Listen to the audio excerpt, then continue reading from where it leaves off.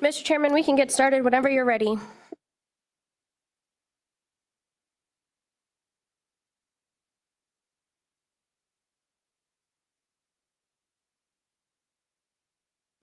Okay, good morning, everyone. Thanks for being here. Good to see you, committee. We're the few, the proud. Kind of like the Marines this morning. We're missing a couple of folks. Just to get us started this morning, we'll start with a roll call. Let's go to Ashley. Thank you. Is that better? Let's start with a roll call. Okay. Absolutely, Mr. Chairman. For Select Committee on School Facilities, August 20th, 2025, Senator Dockstader. Excused. Senator McEwen. Here. Senator Rothfuss. Here. Representative Bratton. Here. Representative Geringer. Here. Representative Heft. Here. Representative Provenza. Here. Vice Chair Angelos. Excused. Chairman Landon. I'm here. You have a quorum. Okay, thank you. I'm glad that we were able to muster up a quorum. We are missing the vice chairman today, everyone. We had the Appropriations Committee reschedule a meeting, and it happened to conflict with this one. And so that took away our vice chairman. She's up in Du Bois today. We are also missing another one of our Senate members, as many of us are aware. Good luck to Senator Smith as he goes on to federal duties. So he is missing, and his replacement has not been chosen yet. So that's why we're down in numbers a little bit today. Just a couple things. I don't have to remind everybody in this room that we expect decorum and professionalism in how we operate. And we always like to remind everybody that there's reasons why we conduct these meetings the way we do, and that's because it's the best way to get good work done. So I know the committee will help me on that front too. I would entertain a motion. We need a motion to go into executive session. Mr. Chairman, did you want to approve the meeting minutes from last meeting first? Oh, thank you for the reminder. Do I have a motion to approve the minutes from the last meeting? Mr. Chairman, I would move to approve the minutes. Okay, thank you. I've got a motion and a second. All those in favor, please say aye. Aye. Aye. Okay, the minutes have been approved. Thank you, Ashley, for that. Now, do I have another motion? I have another motion, Mr. Chairman. I would move that we go into executive session. Okay. Second. Second by Representative Batten. So all in favor of that motion, please say aye. Aye. Opposed? Okay, that motion has carried. And folks, if you would take your satchels with you, and we will make this as brief as we can. And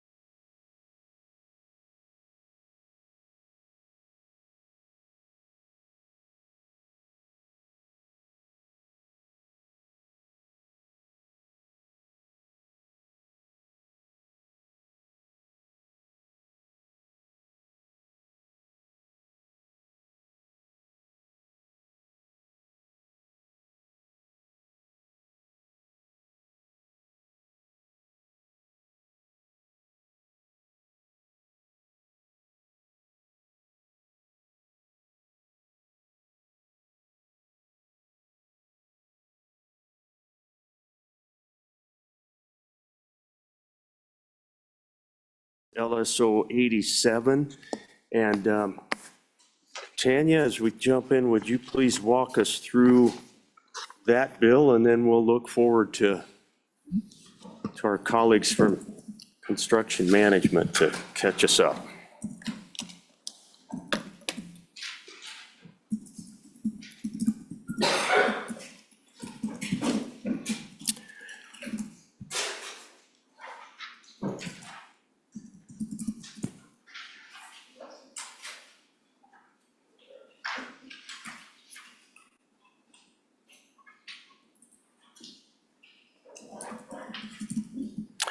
Good morning to all three of you, not just Tanya. So, Mr. Chairman, members of the committee, Tanya Heitrick, I'm the Operations Administrator for LSO. And in your packet, you have 26 LSO 87 Working Draft 0.4. The bill title is K-12 School Facilities Maintenance and Appropriations.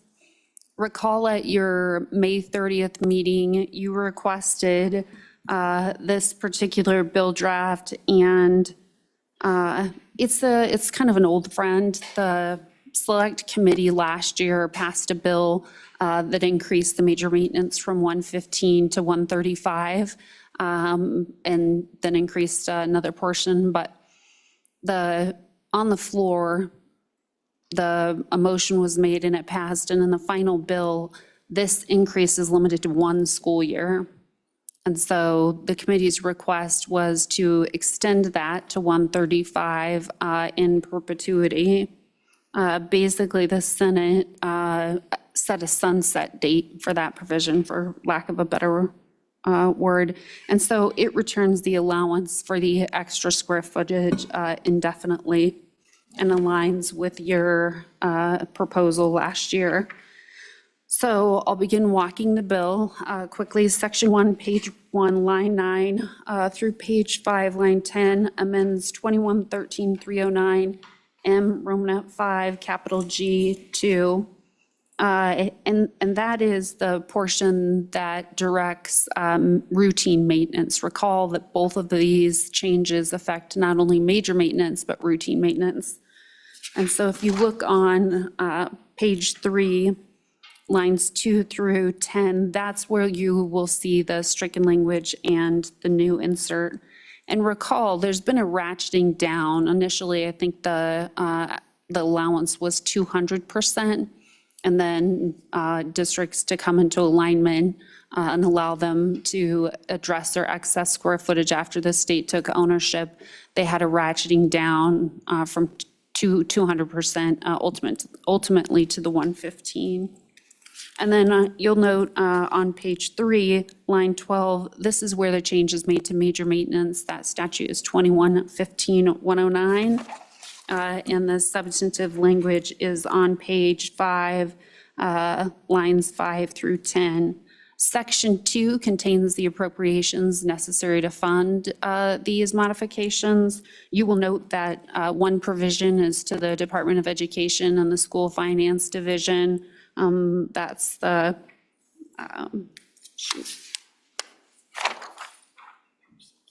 that's on page 6, lines 4 through 14.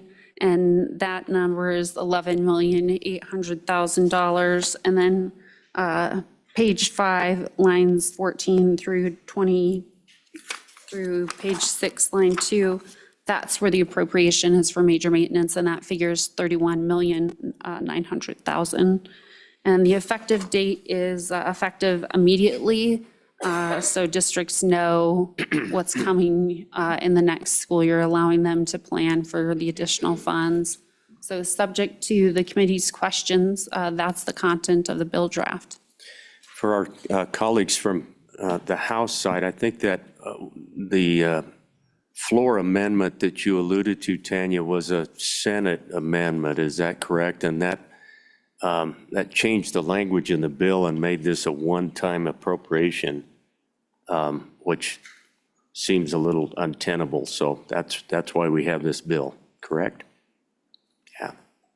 Yes, that's correct, Mr. Chairman. Committee, any questions for Tanya on this one? Is everybody up to speed with what we're doing here? Okay, Representative Bratton, go ahead. Thank you, Mr. Chairman.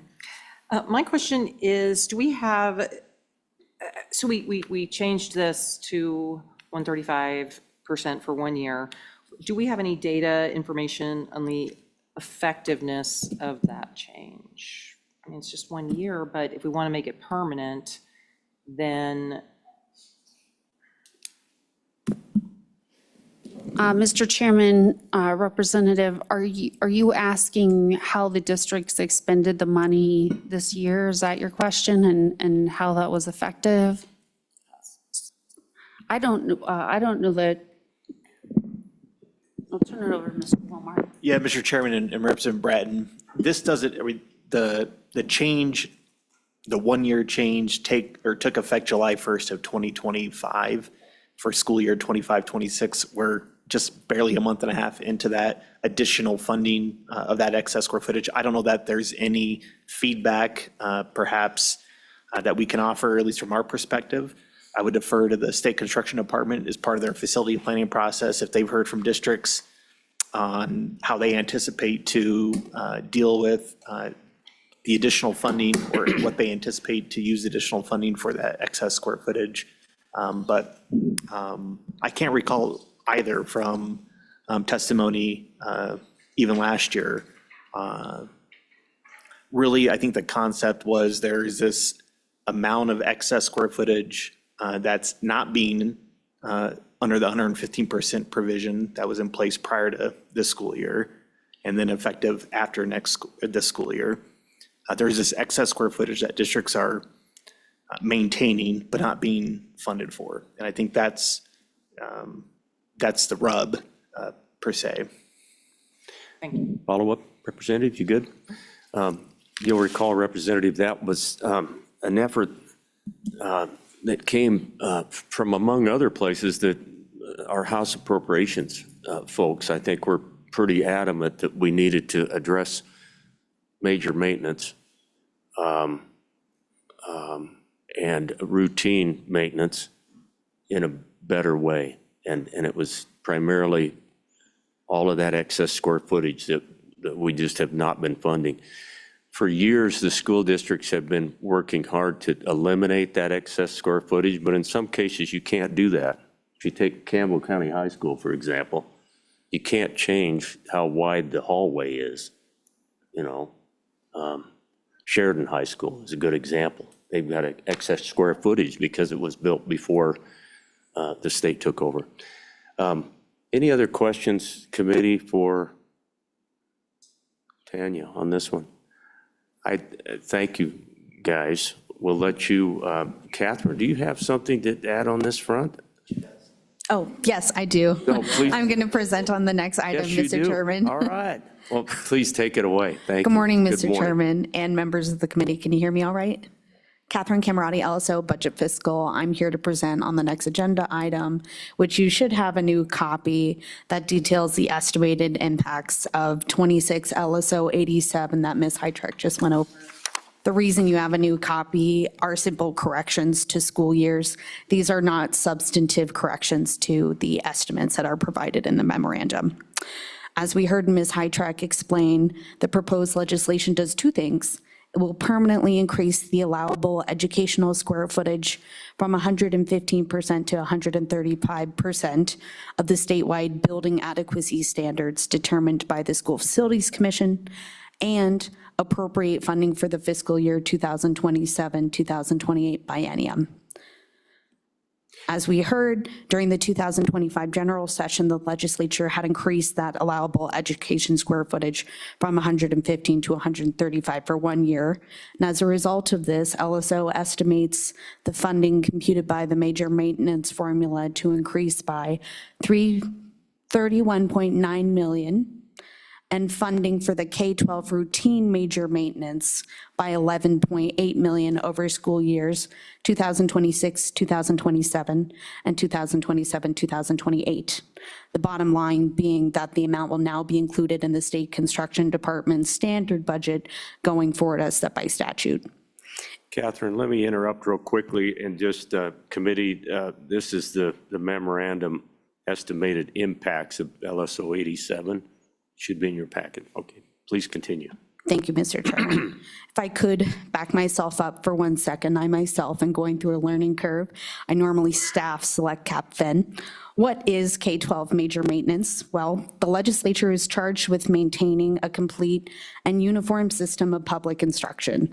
This duty is satisfied by the legislature by financing major building and facility repair and replacement, which is called major maintenance, and routine maintenance as prescribed by the K-12 funding model. Note that major maintenance is administered by the School Facilities Division within the State Construction Department, and routine maintenance is administered by the Wyoming Department of Education. So two separate things going on. As shown by the top of page 2 or the back of the page, the major maintenance formula can be broken down pretty simply. The formula is the authorized gross square footage of all school district facilities multiplied by a per square foot replacement value cost factor for each building category, which the product of that is the total cost of replacement value. The total cost of replacement value is then multiplied by 2.5% to arrive at the annual major maintenance amount. So two things, total cost of replacement, 2.5, bring them together, you get the annual major maintenance amount. And small corrections, again, with the dates, my apologies.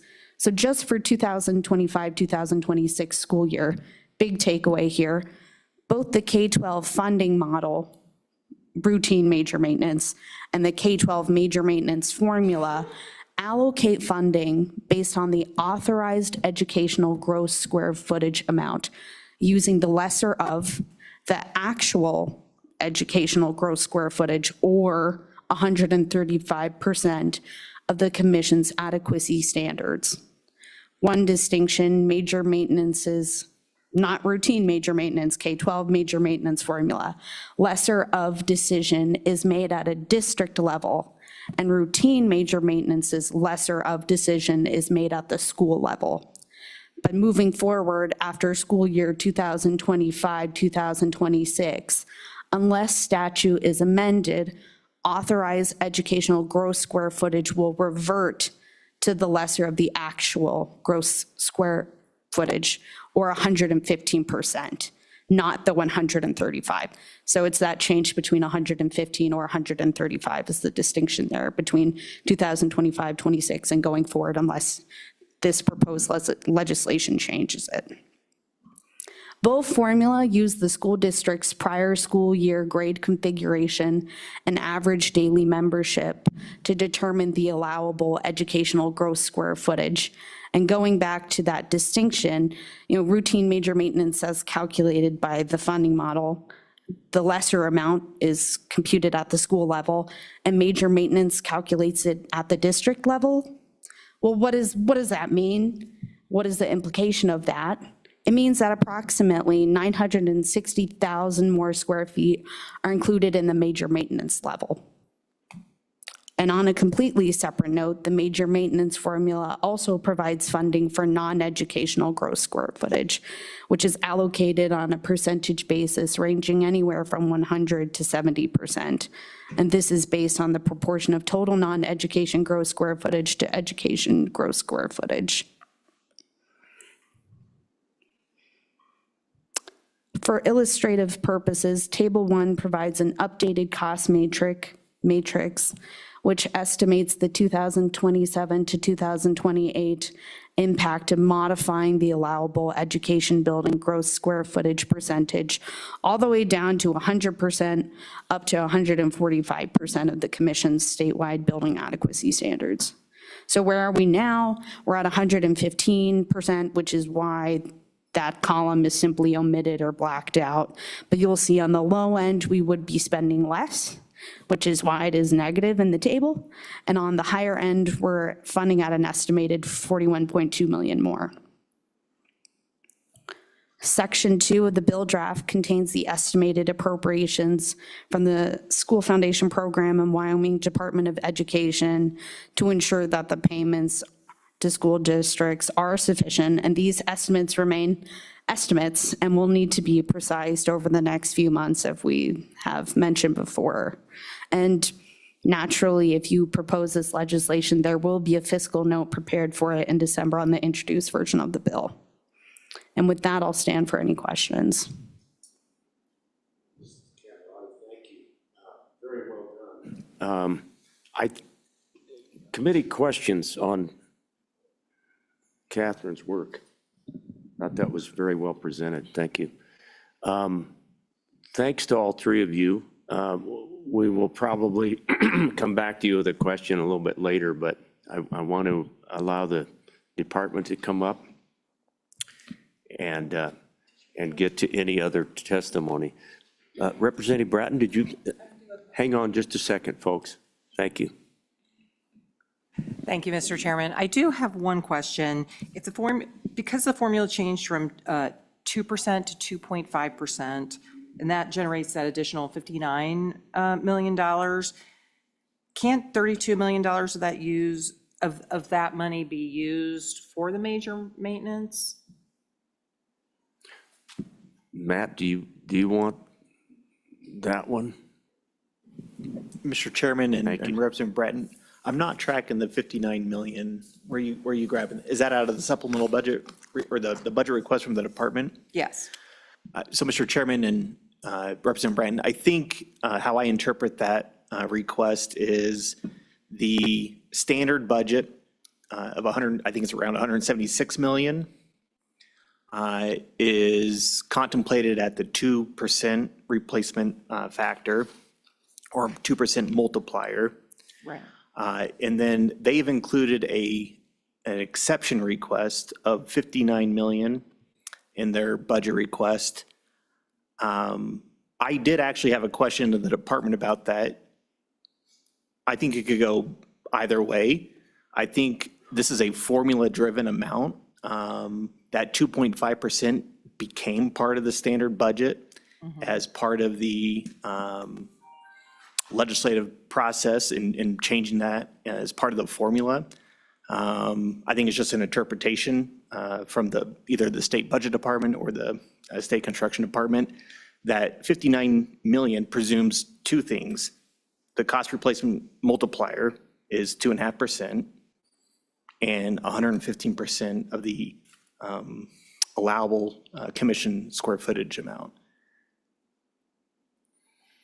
It has no bearing on your legislation. That budget request is based upon current law.